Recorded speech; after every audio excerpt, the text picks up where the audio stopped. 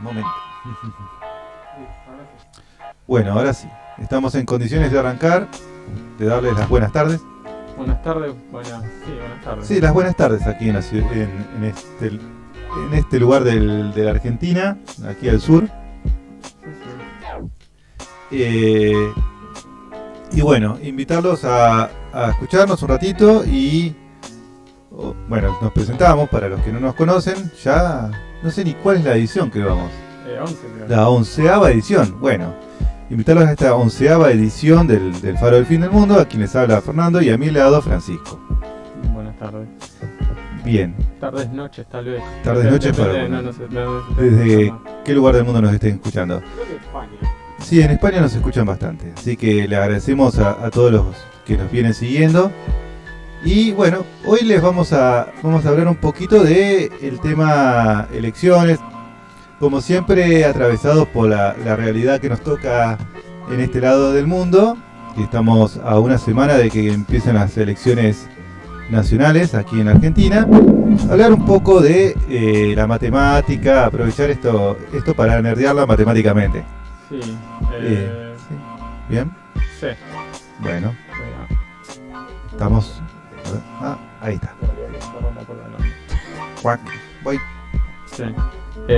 Sí, y la idea era hablar un poco de los sistemas electorales y principalmente de cómo es que se hacen las cuentas de las elecciones en sí. Básicamente, en algún momento se formularon, digamos, formas en las que era más supuestamente justo o más, sí, o mejor, digamos, para lograr una determinada justicia. Sí. En el voto. Varios sistemas, y hoy en el mundo tenemos varios. Sí, digamos, de los principales, bueno, el que más reconoce es el DONT, el de Hunt, o como le quieran. Yo la verdad que no sé si es una H muda o aspirada, Sí. pero es de apóstrofe Hunt, con si se aspirara a la H. Sí, con DONT. O DONT. Sí. La cuestión del sistema DONT es un sistema, estábamos repasando ahí, fue implementado en Estados Unidos, Sí. a partir de un matemático belga. Sí, Thomas Jefferson Sí. toma, básicamente le lleva, digamos, las cuentas. Claro, sí, la matemática a la elección de congresistas, ¿no? Digamos, hay una elección, vos tenés todos listados, entonces la manera con la que van a ingresar tiene que hacerse porcentualmente. Y sobre todo trabajar los restos, digamos, porque claro, en una elección... Uno dice, bueno, está bien, el que tiene más votos gana la elección, está bien. ¿Y pero qué cuando gana? tenés electores, o sea, cuando tenés candidatos por ejemplo, a diputados o senadores o una cámara de representantes, Uh-huh. tenés muchos asientos que llenar. Sí. Y cómo se deciden esos Sí. lugares, digamos. Claro, porque de pronto uno dice, bueno, el que gana se queda con todo, suena injusto. Claro, sí. Pasa en algunos estados de Estados Unidos igual, ojo al piojo. Pero Sí. la técnica normalmente es hacer una matemática con esos restos. Claro, lo que haces es, bueno, básicamente lo que Sí. haces es, depende igual, estaba viendo, depende los porcentajes que se Sí. toman, depende del lugar. Claro, exactamente. Se puede tomar el blanco, pueden tener una base, por ejemplo. O sea, tenés mini reglas locales también. Claro, sí, hay veces que tenés mínimos para entrar a tener un asiento, o sea, una determinada cantidad de gente. Nos preguntan si hay países centralizados o descentralizados, ¿qué preferimos? ¿Qué preferimos? Y en general, Y cuanto más descentralizado, supone que está más pegado a lo que decide la gente. sí, Sería en teoría así es mejor.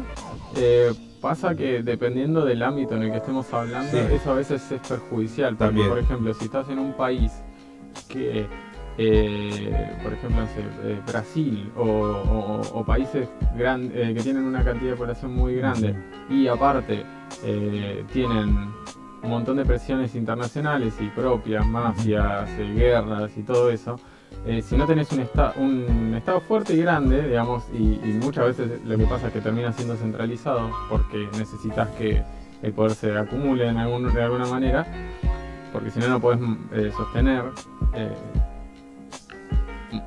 la paz social y un montón de cosas. En esos casos es necesario. Sí, es una realidad latinoamericana que si vos no tenés un Estado fuerte, las presiones internacionales básicamente te comen. Te comen, y muchas veces eso hace que descentralizar a veces el país sea más perjudicial. Sí. Por eso también se da mucho, al menos es lo que veo yo, sí. una de las razones de lo que pasa acá en Latinoamérica. Sí, bueno, igual ha sido producto de las guerras en Argentina, básicamente las dos posturas, digamos, la federalización, que sería la descentralización del país, versus la postura unitaria, ha sido fruto, bueno, más de 100 años de guerra, básicamente. Y no se sabe en qué terminó en realidad. Sí, que terminó en esta cuestión donde declamativamente es federal, pero operativamente es unitario. O sea, claro, pero operativamente es unitario porque tenemos la mayor parte de la población cerca de Buenos Aires. Sí, sí. Igualmente, bueno, ahora vamos a estar hablando igual. Igualmente es como... Son grandes urbes más que... No es únicamente Buenos Aires. Ah, bien. Bueno, gracias por el saludo. Gracias, mucha suerte. Pero bueno, bueno, me decías, sí. Continuá. Pero sí, bueno, básicamente la cuestión está de que tenés distintos centros urbanos grandes y en general campos gigantes o grandes lugares de terrenos donde no vive prácticamente nadie. O sea, vive muy poca gente. O sea, la densidad poblacional está como muy centralizada en determinados lugares que tal vez en España no.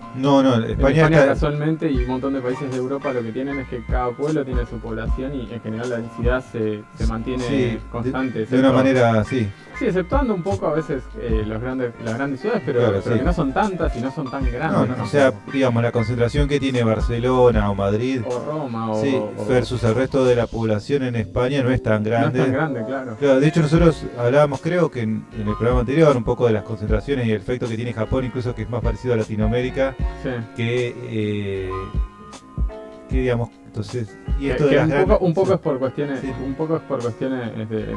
su geografía y otro poco es histórico también. Sí, pero digo, en general Latinoamérica es el territorio de las grandes ciudades, ¿no? O sea, uno ve con Distrito Federal a la cabeza, pero sí... San Pablo, Buenos Aires... Sí, tenemos grandes capitales, bueno, ni hablar Chile, donde prácticamente toda la población está en Santiago. Sí. Que es un fenómeno entonces bien latinoamericano, las megaciudades con grandes territorios de nada, porque vos salís acá, haces un par de kilómetros y no hay nada. Bien, entonces, y esto tiene que ver también un poco cómo se termina haciendo la lógica electoral, ¿no? Claro, sí. Tiene mucho que ver con un poco cuál va a ser la lógica de las elecciones, va a tener que ver con cómo es tu visión de país, digamos. Si claro. Centralizado, no centralizarlo tanto. Bueno, vamos a introducir primero el sistema DONT y de ahí vamos a ir hablando un poco de las excepcionalidades que tiene en el país donde estamos. Totalmente. Pero, particularmente, digamos. Bueno, el sistema DONT, como decíamos, lo implementa Thomas Jefferson. Y más allá de lo fino matemáticamente, que lo podemos estar charlando, la idea es básicamente tener tres. El primero que gana, el segundo tiene que tener al menos la mitad de los votos del primero para entrar segundo. Claro, pues si no entra como tercero. Que entraría tercero si llegara a la mitad de la mitad de los votos. Claro, porque tenés que tener la mitad para entrar como segundo y tenés que tener un cuarto para poder entrar como tercero. Claro, exactamente. Y así te va determinando. Lo que termina pasando con esto es que las mayorías quedan de alguna manera mucho más representadas. Representadas, claro. Y lo que termina pasando también es que un montón, o sea que el mínimo para poder entrar termina siendo mucho más bajo. Entonces lo que sucede es que Sí, es que digamos en la cuenta final los porcentajes te van a dar distintos a los porcentajes reales de los votos. Cosa que pasa por ejemplo en Estados Unidos muchísimo. Sí. Eso particularmente. Sí, sí. Bueno, pasa que en Estados Unidos tienen además esta cuestión De de los que, electores. claro, peor. que es peor, porque era lo que te decía hoy. Hay algunos o sea, cada estado de Estados Unidos tiene sus propias reglas para elegir los electores que van a elegir al presidente. Entre esas reglas hay estados donde dice la mayoría se lleva todo. Claro. Entonces, ¿qué pasa? Bueno, lo que pasó en las últimas elecciones de Estados Unidos. Numéricamente, más gente votó a Hillary, pero ganó Trump porque tuvo más electores. ¿Qué pasó? Algunos estados grandes, por una pequeña diferencia, ganó Trump. Entonces, millones de personas que votaron a Hillary quedaron afuera de la cuenta.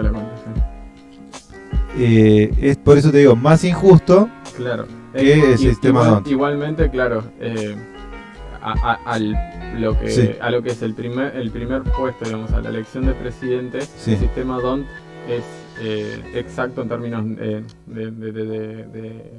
de porcentualmente. No pasaría con Sí. el sistema DONT lo que pasa en Estados Unidos, Claro. porque los electores Quedarían mejor o sea, representados.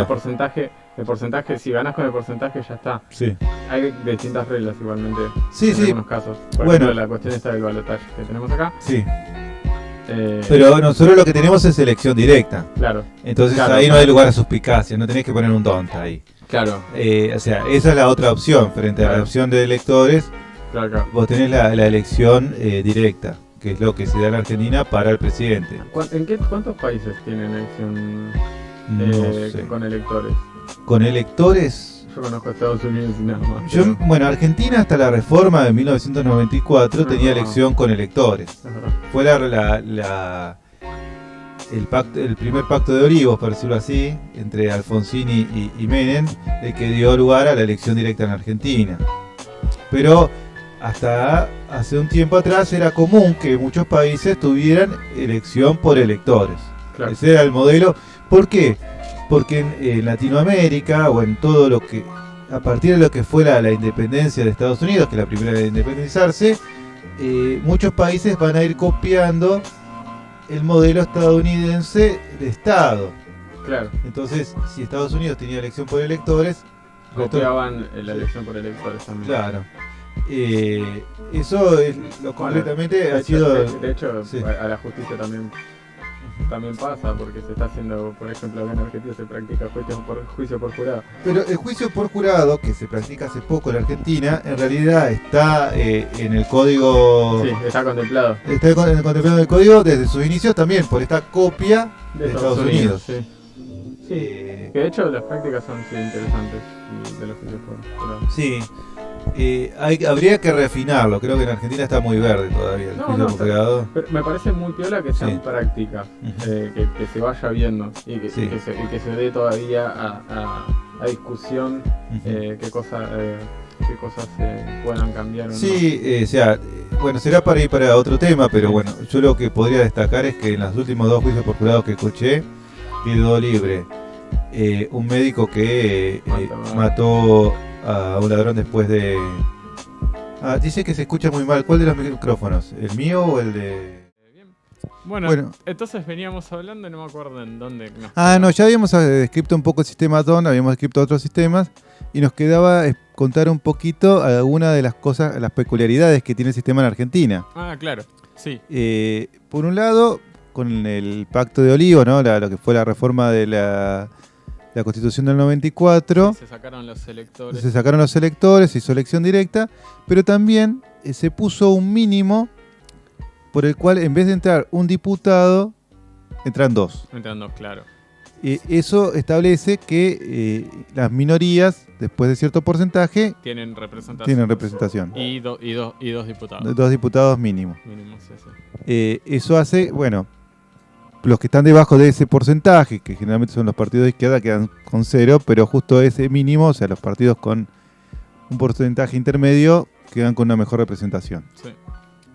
Y otro tema es la elección a nivel nacional, donde supuestamente cada 161.000 habitantes se elige, un diputado. Pero hay corrección porque Sí. existe este mínimo, entonces... De 5. Sí, hay un mínimo, perdón. Un mínimo de Cada 5. distrito tiene que tener un mínimo de 5. O sea, las 24 provincias, no importa su población, tienen por lo menos 5 diputados. Sí. Hay muchas provincias que no llegan a los 161.000 habitantes. Claro, hay muchas. Por ejemplo, Tierra del Fuego. Claro. Por ejemplo, Jujuy y Salta también.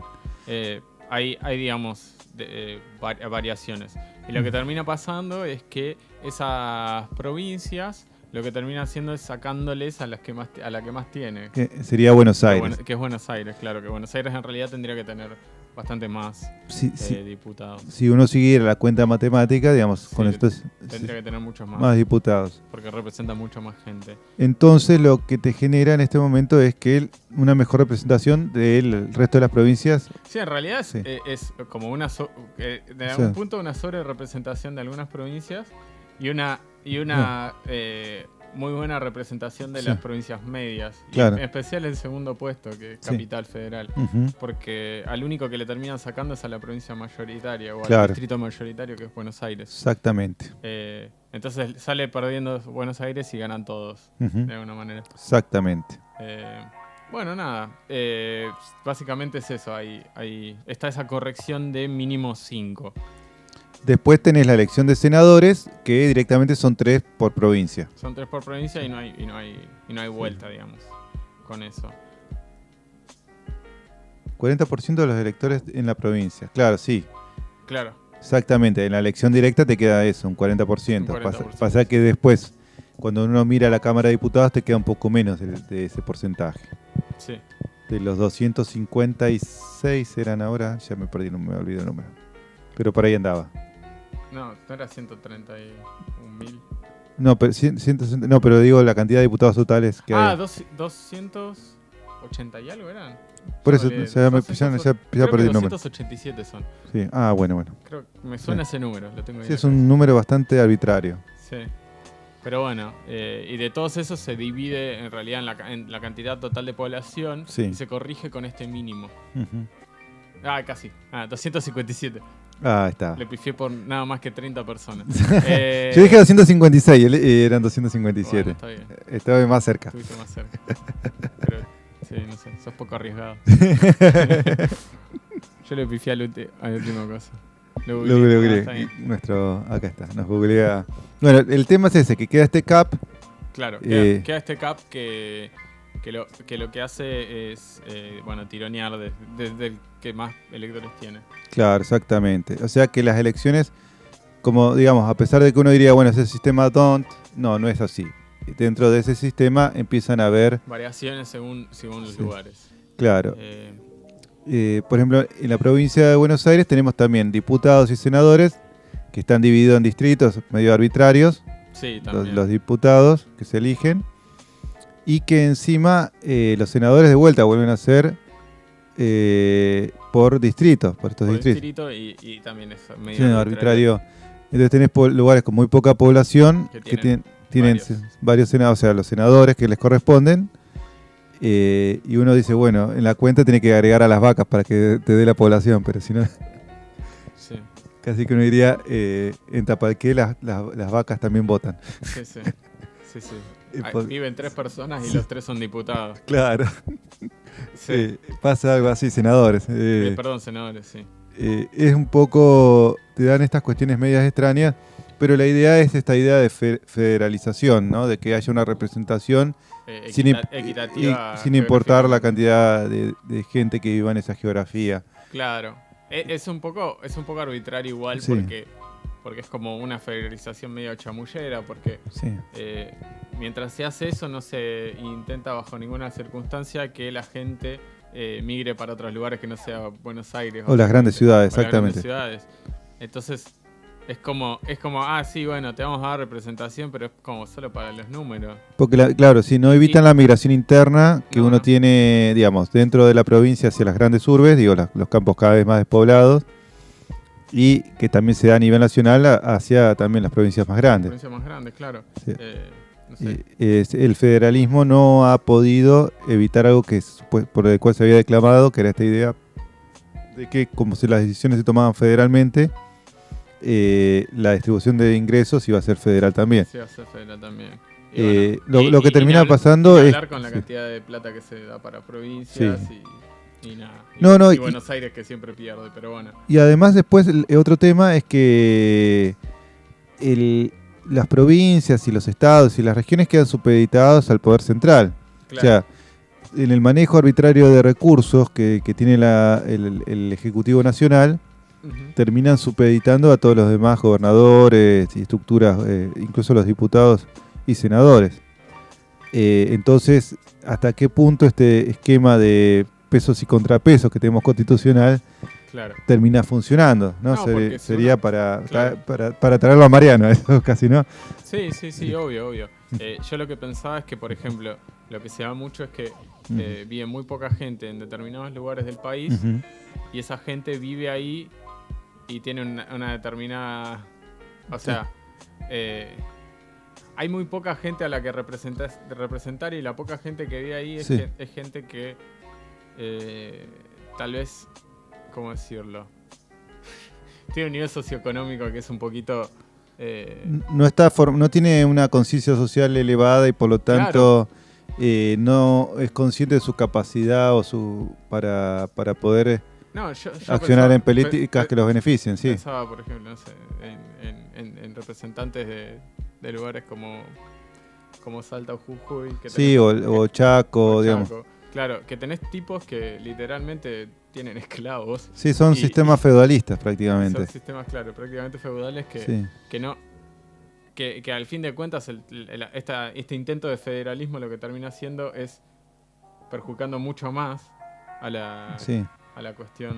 Sí, objetivamente, después de 200... cuestión, digamos, de la idea esta de que todos tengan relativamente lo mismo. Claro, o sea, después de casi 200 años de estos sistemas, ¿no? Porque amén de todo, las modificaciones que se han ido a lo largo en todas las constituciones nacionales, lo cierto es que estas poblaciones periféricas con alto nivel de analfabetismo y en situaciones de esclavitud o pseudoesclavitud no han mejorado su situación. Uno sigue yendo a esas provincias periféricas, a la capital, ¿no? Y se encuentra con la misma fotografía de las personas viviendo por la casa y la comida, nada más, no sin un sueldo en el bolsillo, cobrando bonos del patrón. Y cuando uno mira lo que representan en ese voto de esa persona como elector, es alto. Si uno va a Misiones, provincia pequeña, muy pequeña, en términos electorales representan una gran cantidad de diputados, porque como no llegan al mínimo, entonces tienen mejor representación. Tienen 5. Tienen una alta representación en senadores, porque tienen mínimo 3, entonces ya entran. Entonces uno diría, bueno, la provincia de Misiones, con su pequeña población, debería tener un peso importante. Y sus electores, las personas, sus habitantes, deberían ser personas que influyan en la repartija de recursos para que mejorar su condición. Pero eso uno ve todo lo contrario y termina siendo una situación mucho más feudal. No, y termina viendo cómo, por ejemplo, personajes como Ramón Puerta, son personajes bastante oscuros, digo, ¿no? Un día habría que rediscutir cómo estos personajes han actuado históricamente, ¿no? Sí, muchas veces... Formosa, Chaco, hay un montón. Sí. Y entonces es eso, digamos, cómo el sistema, o sea, cómo desde lo electoral no termina corrigiendo esas inequidades, o sea, cómo se cree que desde la matemática se puede resolver algo que no se puede resolver desde ahí. Claro, ¿no? claro. O sea, más allá del sistema que uno pueda tener.